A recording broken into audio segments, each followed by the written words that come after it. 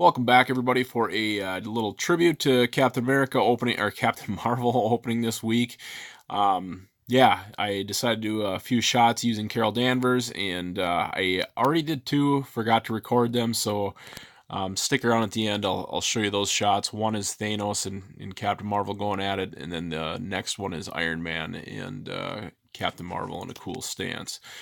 But this one right here turned out really well. This is Captain America and Captain Marvel talking. They're both military backgrounds, so just talking soldier to soldier on a stairwell somewhere in the Avengers headquarters.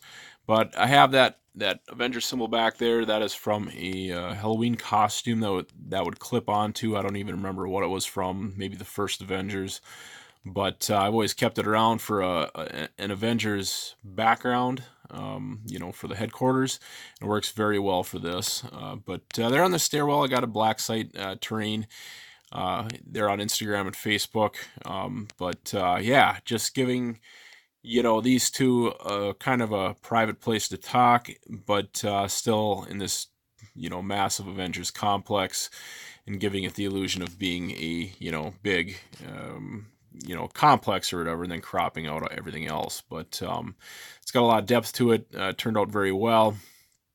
Yeah, let's go on to another Carol Danvers Captain Marvel shot.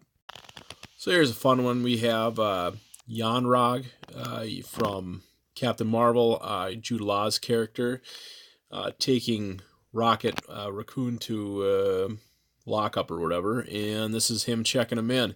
So yeah, he's at a panel. We got this panel that's actually from a Five Nights at Freddy's set. This structure is actually hex bugs. One of their space sets. They're really useful for mini mates. They're a little bit small, but otherwise they're really useful for mini mates. This door is just a little bit lower than it should be, but it works great. For background, I guess I have not used it for other shots, and then this other background is great for space structures and whatnot. So, but yeah, just a fun little expanded MCU shot of the Kree running into Rocket and throwing him in jail because he's wanted on all of his solar systems and whatnot. So, fun little shot. So on to the last one. All right, so here's the next shot, kind of getting all the Avengers in there, at least the ones that are left from Endgame. This one is, it's Bruce Banner and Black Widow, and they're analyzing Carol, just to see what her power set is. We're obviously in some kind of lab for Bruce. So we got the Hulkbuster off on the right. We got Natalie in here just to throw in another character. And then Bruce using whatever that is to analyze her. And then she's flying, of course, using my favorite trick, the levitation, a little wood dowel with some wax on it to help her fly. But yeah, pretty easy picture. I went to the movie finally. I went to it yesterday, and I've had a hard time letting it all sink in. A few things I do, I'm going to enter spoiler territory here. There's a lot of complaining surrounding this movie, just because she made some comments about previous movie she did that was kind of for young girls, and said she doesn't really care what 40-year-old dudes have to say about it, and I kind of see her point. And then she just wants, her comments were, she didn't articulate them very well, pissed off a lot of people, but Brie Larson basically said, all these interviewers are nothing but white dudes, white middle-aged dudes. Why can't we have more people our age? Which I understand. It's not like I want to hear from a 35-year-old chick, a movie review from a 35-year-old girl, because chances are, we may not agree on everything. Although there are some pretty cool, women out there that do enjoy superhero movies. But, she said some comments, pissed off a lot of people. Usually I'm the kind of person that gets mad at that kind of stuff, but it didn't really bother me that much. But the movie ended up making gangbusters. You know, there's a bunch of trolls, online trolls, that said it wasn't gonna make anything, and ended up breaking a ton of records on making a ridiculous amount of money. I mean, it's Marvel. Who is dumb enough to bet against Marvel nowadays? I don't know. But you know, for the most part, I kind of enjoyed the movie. I kind of want to see it a second time.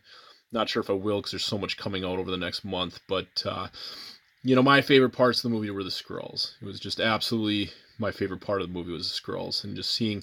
I thought they're all going to look the same, like you see in the trailer, but they have all sorts of different kinds of Skrulls, different looks to them, which is just awesome, you know. And they did a really good job with them. I was hoping they would set something up, you know, for Secret Invasion. Doesn't seem like they're doing that, but you know, I really enjoyed it.